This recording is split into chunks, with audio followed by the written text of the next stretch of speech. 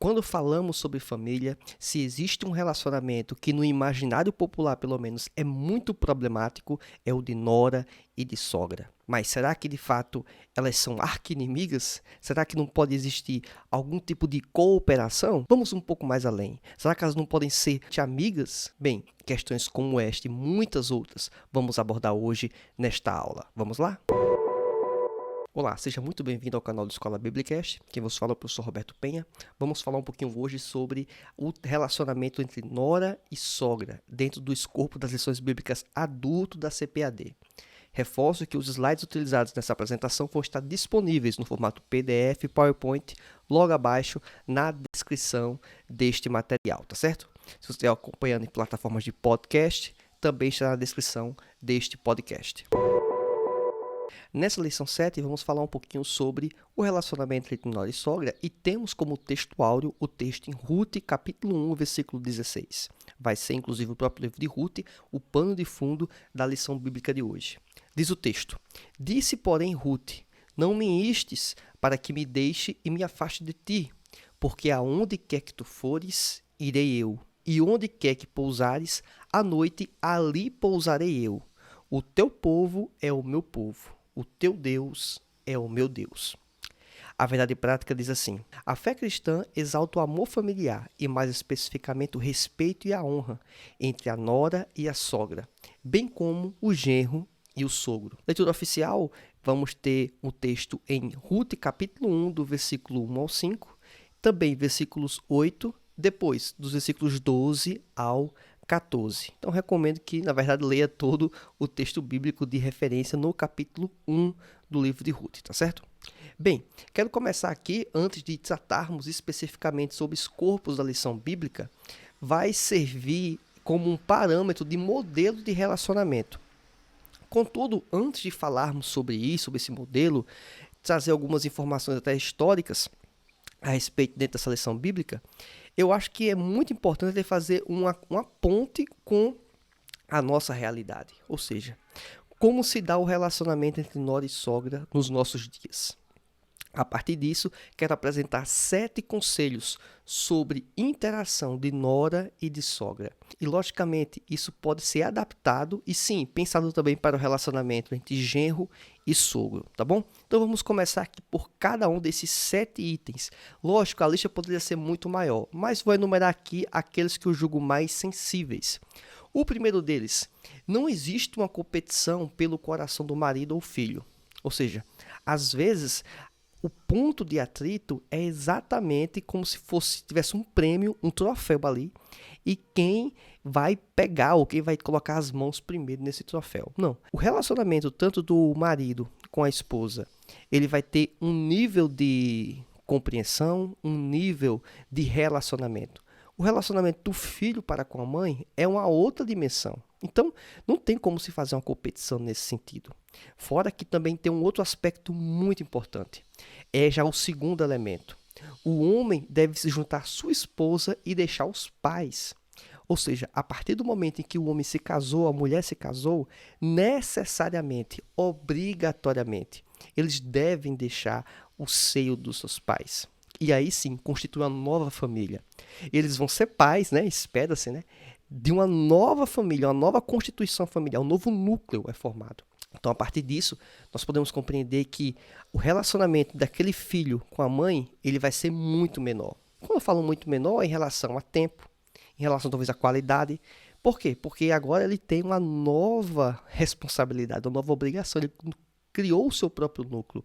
Ele tem o que fazer, vamos dizer assim, né? Ele tem o que fazer já com sua esposa, com a sua família, criando o seu lar, então, tomando conta da casa. Então, tem uma série de quesitos que já são inerentes ao papel do pai de família. Então, ao fazer isso, não se pode pensar que a mãe vai ter o mesmo peso, impacto e influência na vida daquela pessoa. Não, já mudou totalmente essa dimensão. Bem, item 3. O homem não deve levar problemas do casamento para a mãe. E isso é uma das coisas que, infelizmente, a gente tem visto vários relatos nesse sentido. Em que, ao passo da primeira dificuldade dentro do relacionamento, seja o homem ou a mulher, já querem procurar a casa dos pais. E quando eu falo problemas naturais ou comuns, de certa forma, dentro do relacionamento. Não estou falando de coisas muito mais severas, por exemplo, como violência doméstica. Aí você tem que procurar todo mundo, inclusive a polícia. Não estou falando nesse sentido.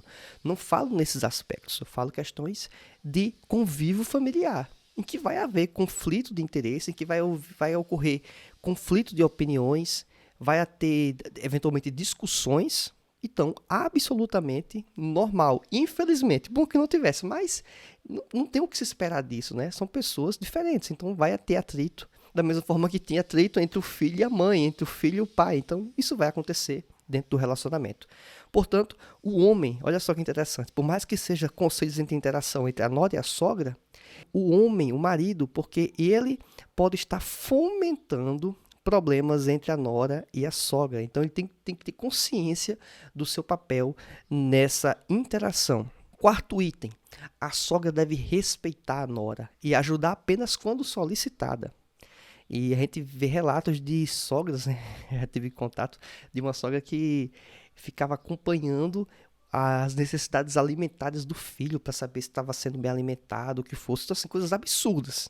E aí, se ele casou, a esposa vai eventualmente ajudar ou contribuir ou até mesmo fazer a alimentação. E mesmo que ela não fizesse, aí ele vai se virar, porque ele já é adulto, vai saber fritar um ovo, vai saber fazer um cuscuz, um feijão, um arroz, ele vai saber se virar. Então, não temos o que pensar a respeito disso. É uma coisa que um ser humano comum, normal, ele vai conseguir executar. Então, perceba que nem o jovem deve, né, a pessoa, né, casada, procurar a sua mãe, e nem mesmo a nora, né, de forma, vamos dizer, deliberada, né, querer ficar jogando também nas costas da mãe aquilo que é responsabilidade dela, que é cuidar do marido, bem como também o marido cuidar da mulher. Então, perceba que recorrer à sogra e ao sogro tem que ser algo muito bem pensado, né, quando solicitado e se é necessário de fato. E a mesma coisa, o sogro e a sogra só vinha, digamos, procurar ou contribuir à medida que for solicitado, porque senão fica até chato a interação, né, o relacionamento. Então é um aspecto muito importante. Quinto elemento, a mãe não cuida mais de um menino. Ele se tornou homem e tem uma família. Então, um dos grandes problemas que acontece é porque a mãe, ela quer o melhor para o filho dela, absolutamente normal. Já a esposa, ela tem uma série de atribuições e responsabilidades dentro do casamento, a mesma forma que o marido também tem. A questão é que ao ocorrer conflitos, discussões, pontos de discordância dentro de um relacionamento, e que isso pode obviamente entristecer, né, o cônjuge, isso o pai e a mãe sabendo, né, o sogro e a sogra sabendo disso, o que é que vai vir à mente muitas das vezes? É que o filho ou a filha estão sofrendo porque o cônjuge, né, o esposo ou a esposa estão tratando muito mal, ou estão sendo inconsequentes, ou estão fazendo coisas absurdas. E toda mãe, ela quer o melhor para o filho. Então logo começa a criar um racha, uma discussão, uma desavença, em virtude de elementos às vezes muito secundários. E o relacionamento da nora e da sogra fica muito prejudicado em virtude de decisões, infelizmente, muito equivocadas. De a mãe pensar que ainda tem uma criança, um menino para cuidar. E na verdade já não é. E ele, obviamente, esse filho vai ser contrariado. E a culpa não necessariamente é da esposa. Não, às vezes a culpa é do próprio homem. Então tem que ter uma dimensão nesse sentido. Então, é aquela ideia, né, que o pessoal até comenta muitas vezes, que a mãe, né, sempre acha o filho dela o melhor filho do mundo, um menino muito especial, e que, na verdade, ele não é, às vezes, tudo isso, né? Então, é importante nós termos isso em mente. Por isso, às vezes, um pouco dessas discussões, desses problemas dentro desse relacionamento. Sexto elemento, a nora não deve ficar expondo problemas do relacionamento para a sogra. É lógico que vai ocorrer problemas dentro do relacionamento. Não vai ser novidade nenhuma alguém comentar que isso acontece. A questão é, para que levar esses problemas? Porque isso pode criar um atrito de uma situação em que a sogra pode entender que a nora é o problema, que é ela que provoca, que é ela que amplia as circunstâncias. Mesmo que fosse, será que é ela que vai poder resolver? Será que é ela que vai dar o caminho? Então tem que pensar muito bem a que ponto vai levar e o que vai levar de informação para isso. Sétimo e último elemento que quero falar.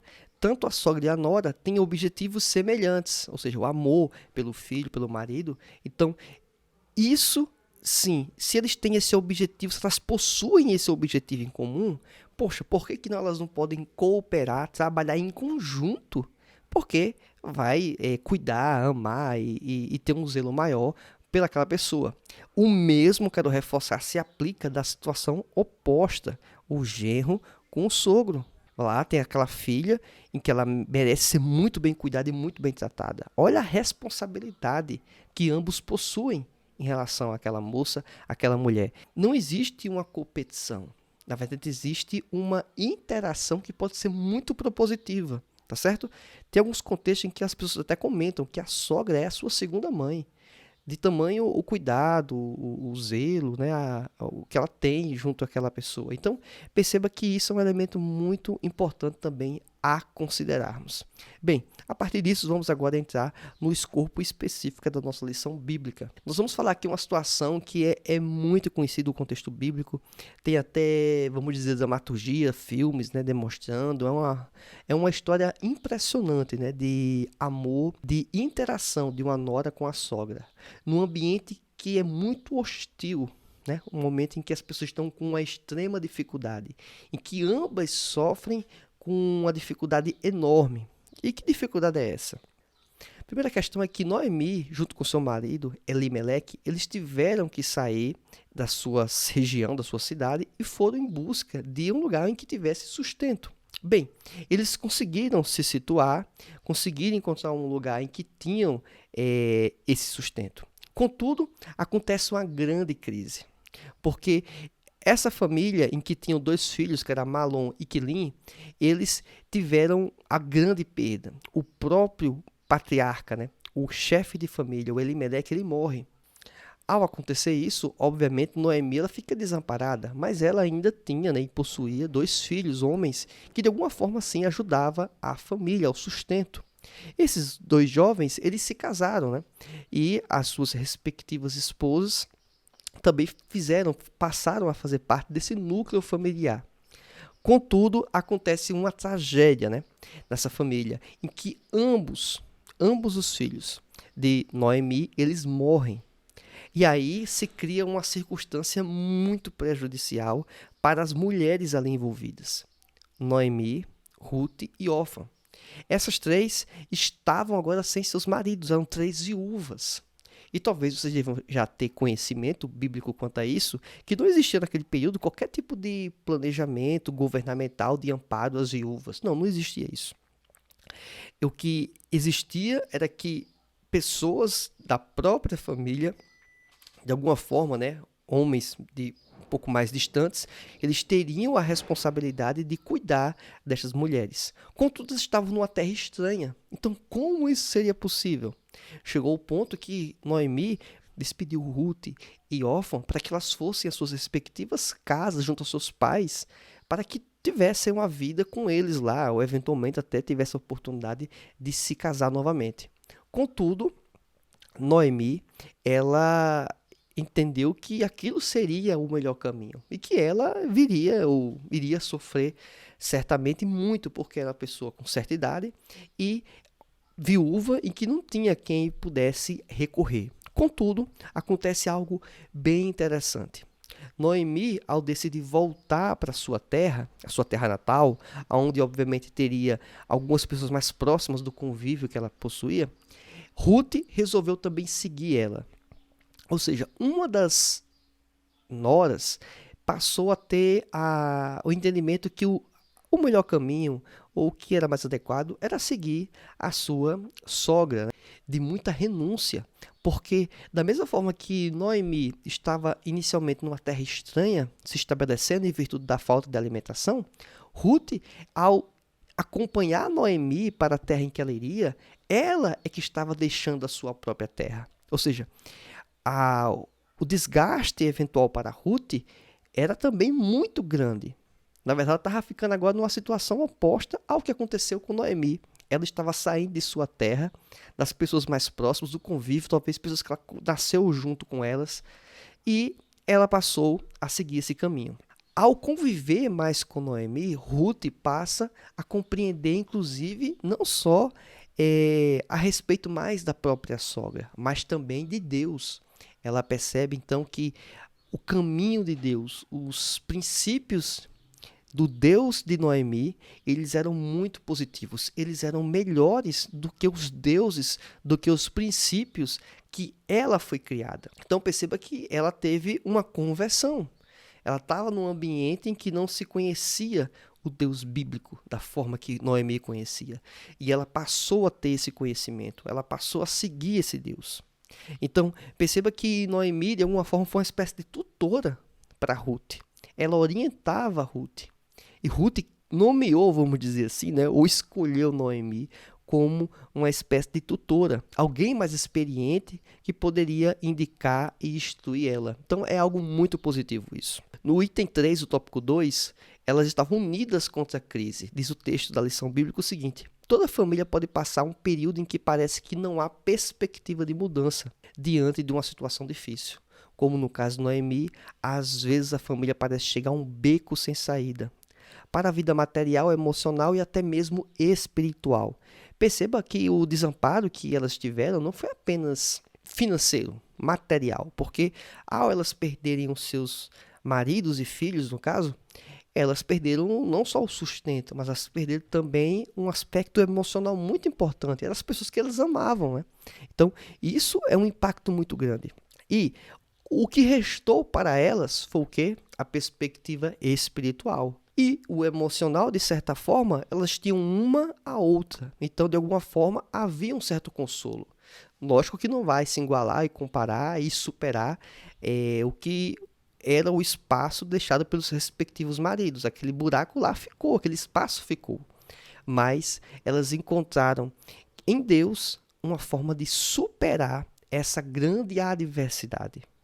Então, esse é um aspecto muito importante. Um outro elemento interessante é fé e trabalho numa nova perspectiva.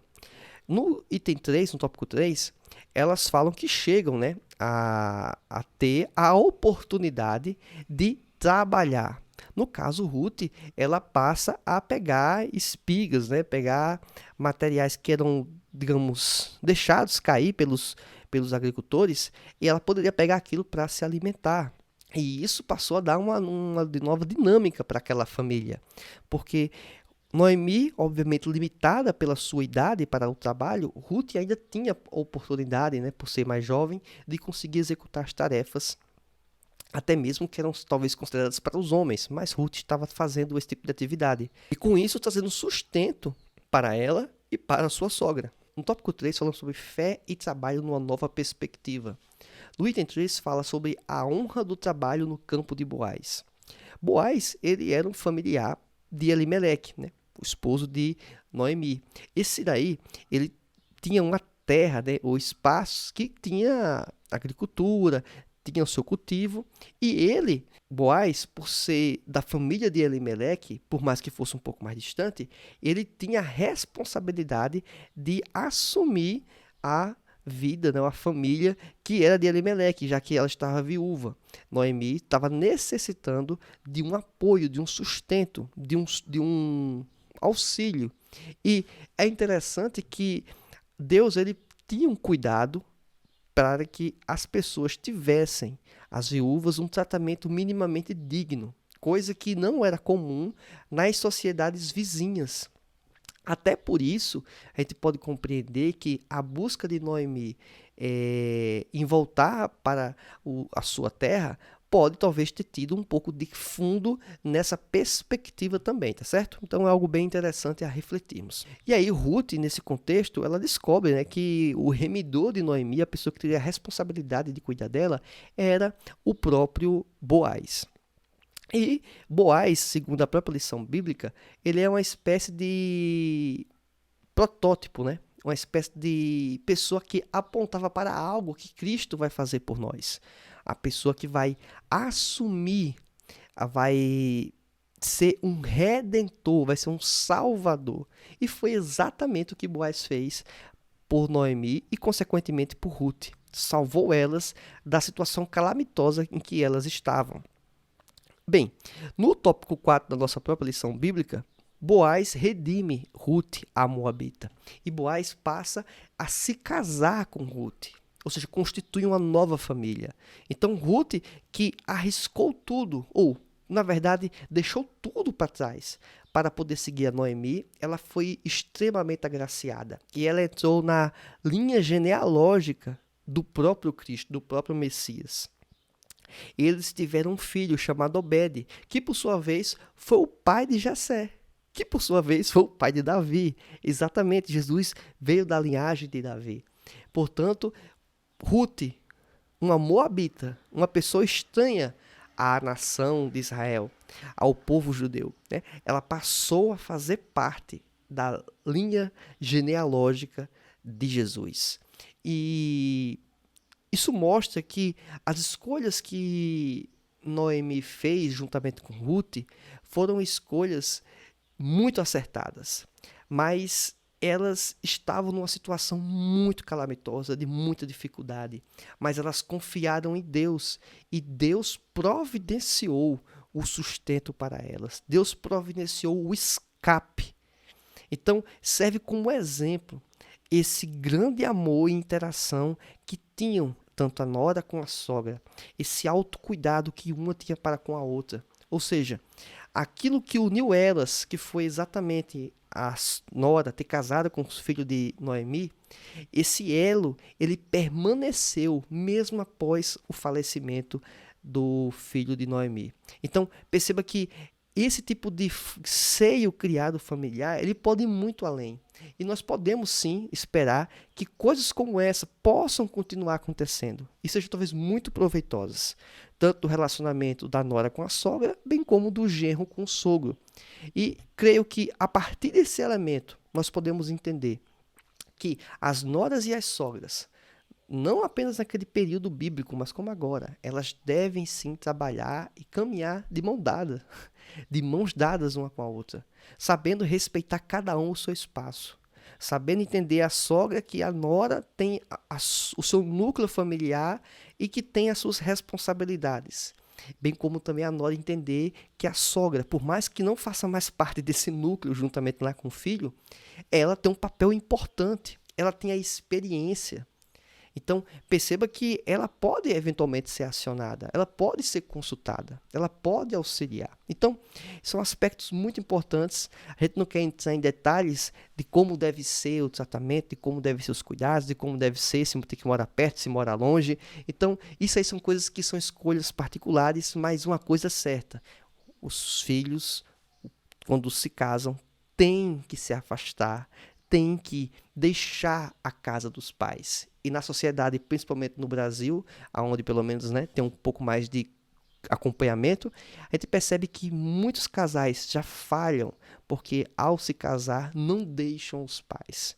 Trazem, né, a nora para conviver junto com a sogra na mesma casa às vezes. E isso começa a causar conflitos e problemas em que deveriam e poderiam ser evitados. Perceba então que o relacionamento da nora e da sogra não necessariamente tem que ser na mesma casa, tá certo? Bom que não seja. Então, isso é muito importante. Bem, como conclusão, nós podemos entender que a história bíblica de Ruth é um exemplo de fé no relacionamento entre a nora e a sua sogra. Mesmo sendo uma estrangeira, Ruth foi capaz de cuidar de sua sogra, demonstrando grande carinho e respeito por ela, além de administrar dentro de si perdas enormes, o cunhado e o marido. Mas diante de tudo isso, Deus honrou seu trabalho pelo qual sustentou a si mesma e a casa de Noemi. Portanto, a vontade de Deus é que sogras e noras, bem como genros e sogros, vivam em união, de maneira que a família seja ricamente abençoada por Deus. Bem, imagino que esse conteúdo tenha sido útil, essa aula tenha sido muito interessante para você. Se você quiser ter acesso aos slides desta aula, ele vai constar na descrição deste vídeo no YouTube ou nas plataformas de podcast. Nos siga nas redes sociais e se inscreva no canal para que você possa continuar recebendo conteúdos como esse, tá certo? Aguardo vocês. Até a nossa próxima aula. Que Deus te abençoe. Tchau, tchau e até mais.